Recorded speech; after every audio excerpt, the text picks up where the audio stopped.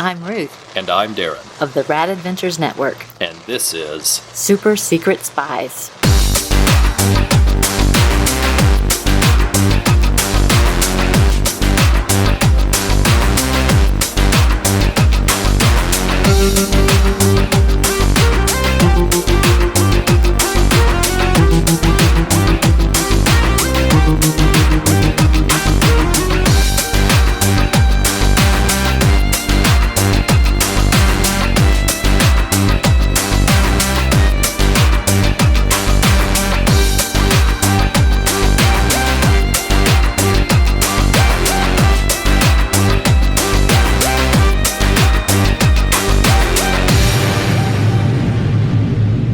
Welcome to Super Secret Spies, where we talk about some of our favorite espionage TV shows, movies, and books. The episodes in this series are short, summary-level discussions where we tell you what a title is about, who the main characters are, where it is set, when it was released, why we like it, and how we first discovered it. This is a favorite genre of ours, and over the course of the show, we hope to talk about some of our all-time favorite characters, films, and TV shows. Today we're talking about the classic 1960s TV series The Wild Wild West, which was a sci-fi western, and so much more. This series starred Robert Conrad and Ross Martin, and is a favorite of ours, and we hope you enjoy hearing our thoughts about the show. Super Secret Spies is part of the Rad Adventures Network. If you enjoy the show, please consider checking out our other podcasts that are available through most podcast apps, including Apple Podcasts, Spotify, and Amazon Music, as well as YouTube. Trekker Talk is a fan podcast devoted to the adventures of 23rd century bounty hunter Mercy St. Clair from the pages of the Sci-Fi comic Trekker by writer and artist Ron Randall. Warlord Worlds is a fan podcast devoted to the comic creations of writer and artist Mike Grell, including The Warlord, John Sable, and Green Arrow. And Xenozoic Xenophiles covers the series Xenozoic Tales by writer and artist Mark Schultz, featuring Cadillacs and dinosaurs. But now it's time to talk about some Super Secret Spies, right after this promo for another podcast you might enjoy. In 1975, Jaws was released. It is routinely regarded as one of the greatest films of all time, and is generally credited with creating the concept of the summer blockbuster. In 1978, in an obvious cash grab, Jaws 2 was released, failing to have lightning strike a second time, but presenting a generally enjoyable film. In 1983, Jaws 3D was released, shamelessly attempting to take advantage of a gullible audience. By 1987, there was no pretense of quality as Lorraine Gary and Michael Caine cashed paychecks for sleepwalking through a pointless and incredulous sequel. In 2016, Paul Spatero created Is It Jaws?, in which he and a group of rotating guest hosts discuss new and old movies and place them up against the Jaws scale, which ignores some elements of the actual films and sets forth a rating scale. Jaws, an all-time great classic film. Jaws 2, an enjoyable film with some flaws but worthy of multiple viewings. Jaws 3, a moderately enjoyable film. And finally, Jaws 4, a bad movie. Please join Paul and his guests as they ask the ever-important question, is it Jaws? The Wild Wild West premiered on CBS in September 1965. So this year marks the 60th anniversary of the series, and it's a great time to talk about this unique and influential show. From the title, you would expect the series to be a western, and it is, but it is so much more than that. This series is also an espionage spy thriller filled with action and adventure, but it also features elements of science fiction and is influenced by the writings of Jules Verne. It definitely fits the description of Sci-Fi. The show blended retro designs with futuristic gadgets along with a modernized version of the 19th century styles. Because of that, the series is often considered one of the earliest examples of steampunk, long before that word was first used in the 1980s. Steampunk is a blend of Victorian-era aesthetics with futuristic, often steam-powered technology from airships to clockwork machines. It's a genre that combines the past and the future in imaginative and visually striking ways. And the magic of the Wild Wild West was that it juggled all of these genres with a playful sense of whimsy and a dose of humor without ever being campy that kept the series fresh without becoming repetitive. The series followed the adventures of Secret Service agents James West and Artemis Gordon as they battled eccentric villains in the American West during the Reconstruction era of the 1860s and 1870s. The two agents operated out of a luxurious private steam train called the Wanderer that helped them travel quickly to wherever they were needed. The stylish train also functioned like a mobile Q lab with surveillance equipment, secret compartments, high-tech gadgets, and a laboratory. The train was an important part of the series, helping establish the historical setting, but with futuristic flair. It symbolized how the Wild Wild West took place in the past, but reimagined it with futuristic style, and the elegant design made it feel like it came from a steampunk dream. If anyone wants to see the train, it's on display at the Nevada State Railroad Museum in Carson City, near Lake Tahoe. Meanwhile, the set for the interior of the train was also used in an episode of Get Smart, which is another fun espionage series we will cover soon. And the train set interior was used again in a similar Western espionage TV series, The Barbary Coast, that starred William Shatner and Doug McClure. The timing of the Wild Wild West was perfect, because in the 1960s, Westerns were still popular, while spy thrillers were the up-and-coming genre at the time. So the Wild Wild West tapped into those audiences perfectly. The episodes were packed with action and adventure and played like Saturday matinee serials. Each episode began with a comic book-style animated title sequence with the screen divided into 4 panels. The episodes were then divided into 4 acts, and each act featured a cliffhanger ending just before the commercial breaks. The cliffhanger moment would freeze and then appear in one of the 4 panels dividing each episode into 4 action-packed parts. By the end of the episode, the 4 panels would be filled with images from these cliffhanger moments as the closing credits scrolled across the screen. The main title theme that accompanied the opening credit sequence for the series was written by film and TV composer Richard Markowitz.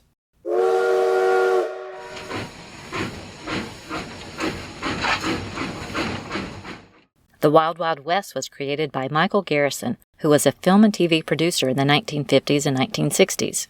He was part of a production company that had purchased the rights to the James Bond novel Casino Royale and produced the first filmed adaptation of the book as a TV special in 1954, and was planning to produce a feature-length film before financing fell through. He took his visionary idea of combining a James Bond-style spy thriller with the popular Western genre to CBS executives, who initially weren't sure the format would work, but his pitch describing the series as James Bond on horseback convinced them to greenlight the series, which quickly became a huge success following its premiere in September 1965. Michael Garrison produced the first season of the series and the first part of the second season, before he unfortunately passed away from an accident in late 1966. However, by that time he had clearly established the direction of the series, which was able to continue to be successful following the sad loss of its creator. His daring original concept showed that imagination has no limits and created a show that is truly timeless.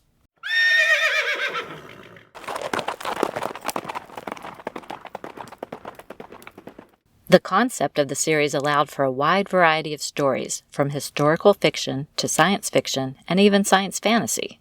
In addition to the Western motif and espionage thriller storylines, the series also incorporated elements from classic writers, including Jules Verne, Edgar Allan Poe, and H.G. Wells, which contributed to the early steampunk feel of the show. Any genre of story could fit into an episode of the Wild Wild West. Besides the typical Western or espionage stories, the series also incorporated elements of thrillers, ghost stories, mysteries, and more. The title of each episode began with "The Night of," which immediately created a sense of mystery and suspense at what was to come in the next hour. In any given episode, West and Gordon could face a variety of villains, from outlaws to mad scientists who could use anything from invisibility to mind control to mechanical monsters. While the concept of the series was excellent, the show still needed great characters to make it successful, and the Wild Wild West had the perfect combination of 2 intriguing characters and 2 excellent actors to portray them. Robert Conrad played the suave and handsome James T. West, who was a fearless and charismatic hero who could easily charm the female guest star of the week. Like James Bond, he was always dressed in impeccably tailored suits. He had short-cropped jackets with a Western flair. He used lots of neat high-tech gadgets that would be hidden in his boots or belt or saddle to escape the various traps he would often be caught in at the cliffhanger commercial breaks. Ross Martin played Artemis Gordon, who was a master of disguise with a talent for accents, who could impersonate a foreign dignitary if needed, or discreetly blend in anywhere and in any situation to gather information. He was also a sort of 19th century Q, who created not only disguises, but also gadgets used by both him and James West. And he did all of this with a dash of comedy to keep the tone light and fun. The friendly and respectful chemistry between the two actors was genuine. Their witty banter created a buddy dynamic for those very different personalities. This was ahead of its time and would become a staple of the buddy cop shows and movies in the decades that followed. Robert Conrad had previously starred in the detective series Hawaiian Eye, and would later star in several other shows in the 1970s and 1980s, including Ba Ba Black Sheep, which was also known as Black Sheep Squadron, as well as Assignment Vienna, A Man Called Sloan, and High Mountain Rangers, which also featured his sons, Christian and Shane.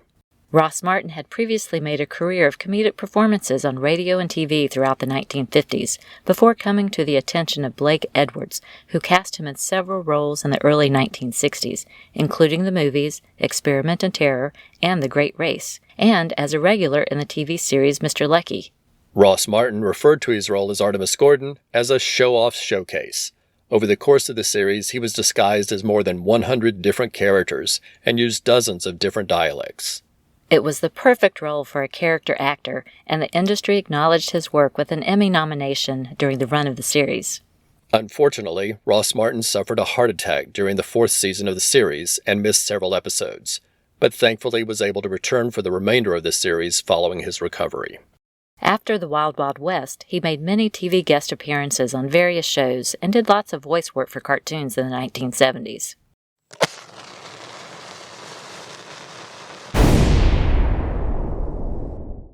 While the duo generally battled a different nemesis in each episode, the series did have one recurring villain, who was Dr. Miguelito Loveless, played perfectly by Michael Dunn.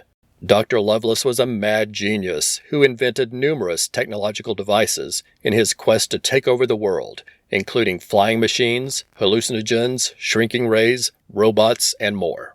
Dr. Loveless had 2 assistants during his 10 appearances on the series, including the giant Voltaire, played by Richard Kiel, who would go on to play Jaws in the James Bond movies, and the beautiful singer Antoinette, who was played by Phoebe Doran, who was Michael Dunn's singing partner in their real-life musical comedy nightclub act.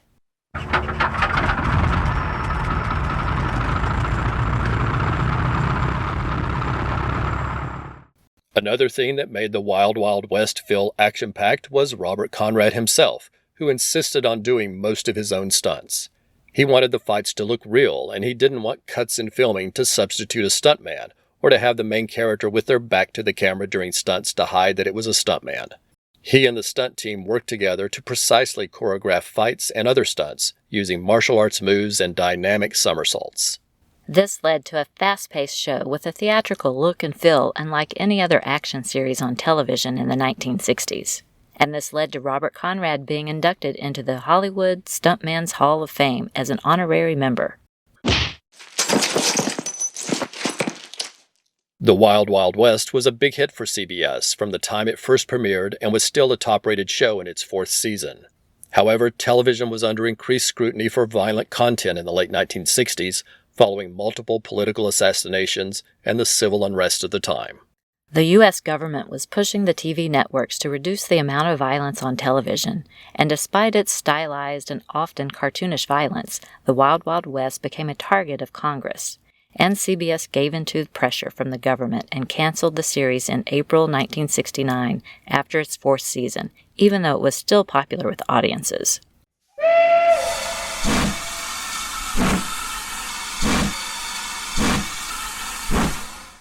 Reruns of the 104 episodes went on to great success in syndication throughout the 1970s, and the continuing popularity of the series led to a made-for-TV reunion movie in 1979. Titled The Wild Wild West Revisited, the movie featured the return of Robert Conrad and Ross Martin to their classic roles. Again, showing the series was on the leading edge of popular culture, the reunion movie was among the earliest examples of TV nostalgia being successfully revived and proved just how loved the original series was. In the movie, our heroes must stop the son of their longtime nemesis, Dr. Miguelito Lovelace, who was played by Paul Williams. Sadly, Michael Dunn, who originally played Dr. Lovelace, had passed away in 1973. In the movie, Dr. Lovelace Jr. is attempting to replace world leaders with lookalikes who are under his control. While the movie was lighter in tone than the TV series and leaned slightly toward campy parody, it was still very popular with audiences and led to the sequel movie, More Wild Wild West, in 1980. In this even more campy sequel, West and Gordon must stop an evil genius played by Jonathan Winters, who can become invisible and plans to use this skill to take over the world. Dr. Lovelace Jr. was originally intended to return for the second movie, but Paul Williams was on a tour at the time and unavailable for filming, which led to a quick rewrite of the movie shortly before production started. This second movie was another success, and a third reunion movie was in pre-production when Ross Martin tragically passed away from a heart attack in 1981. Robert Conrad chose not to continue the movies without his friend, which I think was a very respectful decision. And with that, the original Wild Wild West came to an end.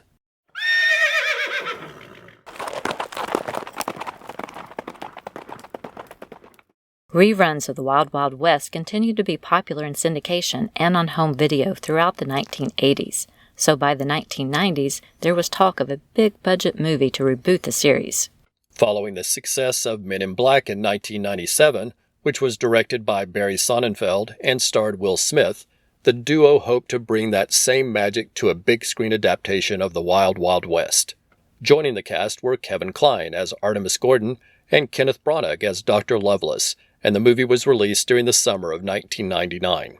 While there are enjoyable aspects to the movie, it lacked the charm of the original series and did not capture the friendship of James West and Artemis Gordon. The film was not well received by critics or moviegoers, who complained about its uneven tone, and while the movie did make a profit, it was not sufficient to justify a sequel.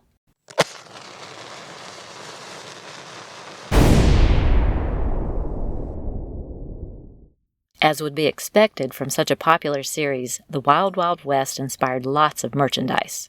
There were lunchboxes, trading cards, costumes, and toys modeled after James West's iconic weapons. There was even a board game.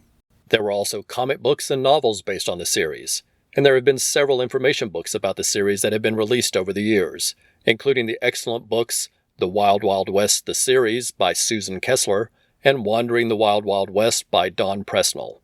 Both books are packed with information and great illustrations. And for music lovers, La La Land Records released a limited edition 4-CD soundtrack collection in 2017 that features 32 music tracks from the series. The set also includes a 40-page full-color booklet that features profiles of the series composers and discussions of the musical themes of many of the episodes. Along with Star Trek and the Avengers, The Wild Wild West is one of the shows I remember most fondly from childhood.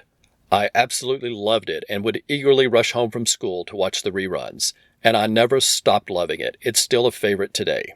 I have clear childhood memories about the theme music of the show, along with those comic book-style animated panels, as well as that amazing train. The music is simply wonderful, and I loved the art style for those eye-catch panels, and enjoyed how they served as visual notes for the story as it moved along. And of course, I wanted my very own train car so I could travel in comfort all around the country. We have the complete series on DVD in a deluxe embossed box set and enjoy revisiting the episodes. Inside the box, all 104 episodes and both reunion movies are included in DVD holders that are designed to look like holsters. We love that collection, but hope there will be a Blu-ray release soon. This visually stunning series definitely needs to be remastered for high definition. We are lucky to have a few pieces of original art based on the Wild Wild West. A few years ago, we commissioned our talented friend Jared Albrick, the yard sale artist, for 2 sketches of James West and Artemis Gordon. Jared is well known for his amazing book page sketches, where he uses the paper from used books that are directly connected to the characters depicted in the art. Knowing how much we love the music for the show, Jared had the clever idea of using sheet music from the theme song as the paper for the art. So we have 2 amazing sketches of the 2 heroes from the Wild Wild West on sheet music. Thanks, Jared. Jared sells prints of all of his commissions and more at his website. We'll include a link in the show notes where you can see the Wild Wild West sketches, and I'll encourage everyone to check out his other art on the website. And now we want to send a special thank you to our good friend Brian Mulvey, who is also a fan of the series, and gave us an original commission of the Wild Wild West for a Christmas present last year in anticipation of the show's 60th anniversary. The gorgeous watercolor painting features James West, Artemis Gordon, and Miguelito Lovelace, and was painted by wonderful artist Warren Montgomery of Will Lil Comics, who is a mutual friend of ours and Brian's. It's a stunning commission that captures the characters perfectly, and we absolutely love it. A big thank you to both Brian and Warren, and we will be using the image to promote this episode and hope that you all enjoy seeing it.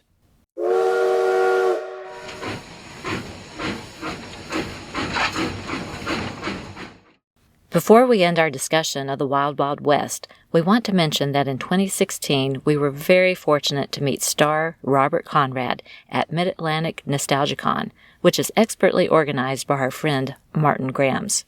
Robert Conrad was so kind to every fan and so generous with his time, and we were able to get a lovely photo with him. His line was so long that there were still people in line when it was time for the show to end, but he stayed and continued to sign until every fan in line got an autograph. Sadly, Robert Conrad would later pass away from heart failure in 2020. We will cherish that memory always. It was so very special.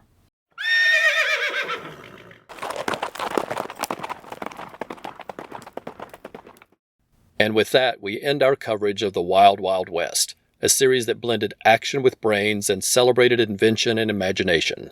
Its mix of action, science fiction, espionage, and comedy in the guise of a Western created a show that was ahead of its time. That has helped it remain popular for decades, and it is an important part of television history. The legacy of the show lives on from its buddy cop dynamics to its clever mix of genres, seen in shows like Warehouse 13 and the very similar Adventures of Briscoe County Jr. Michael Garrison's fusion of multiple genres paved the way for many later creative hybrid movies and shows. And of course, the show's greatest legacy is its influence on what would later be called steampunk. Its world is historically grounded in reality, yet filled with wildly speculative fiction. Its mix of retrofuturism was steampunk decades before it became a cultural phenomenon. And the series may not have finished, as there have been discussions of a television revival in recent years, so hopefully we will be returning to the Wild Wild West sometime in the future. Thank you all for listening. We hope you've enjoyed our discussion of the creative minds and talented cast behind the series, along with its daring stunts, surprising end, revival, and legacy. We'll be right back with our wrap-up and contact information after this promo for another show you might enjoy.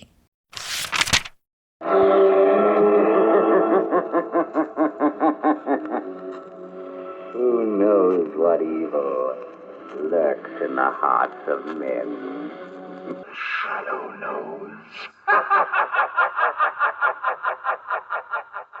Welcome, everybody, and fellow agents. This is your friendly neighborhood ghost here, and I welcome you to join me on this journey as we explore the world of the Master of Darkness and the Pulp Avenger, the Shadow, and through his various forms, pulps, comics, film, and radio. Join me through interviews and discussions as we bring the world of the Master of Darkness to you. To find this show, simply follow me through Spotify.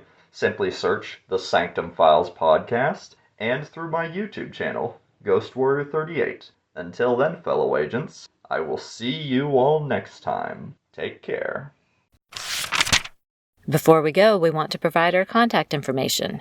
You can write to us directly at radadventuresnetwork@gmail.com, or follow us on Facebook, Instagram, Threads, and Blue Sky under the name Rad Adventures Network. That's RAD, R-A-D, which is short for Ruth Ann Darren. You can listen to the show through Apple Podcasts, Spotify, Amazon Music, and most other podcast apps. You can even find the show on YouTube under Rad Adventures Network. And you can always visit radadventuresnetwork.com, where you'll find all of the episodes of all of our podcasts, including our main shows Trekker Talk, Warlord Worlds, and Xenozoic Xenophiles, as well as other podcasts including Sensational Sleuths, Fantastic Fantasies, and more. If you like the show, please consider leaving a review. While you won't find a specific place to review Super Secret Spies, we hope you'll leave a review under Rad Adventures Network. Every review helps the podcast be more likely to show up in search results. And on YouTube, we hope you'll subscribe to the channel and give us some likes on the videos. Thanks for listening, and we hope you'll come back next time for another new episode of Super Secret Spies.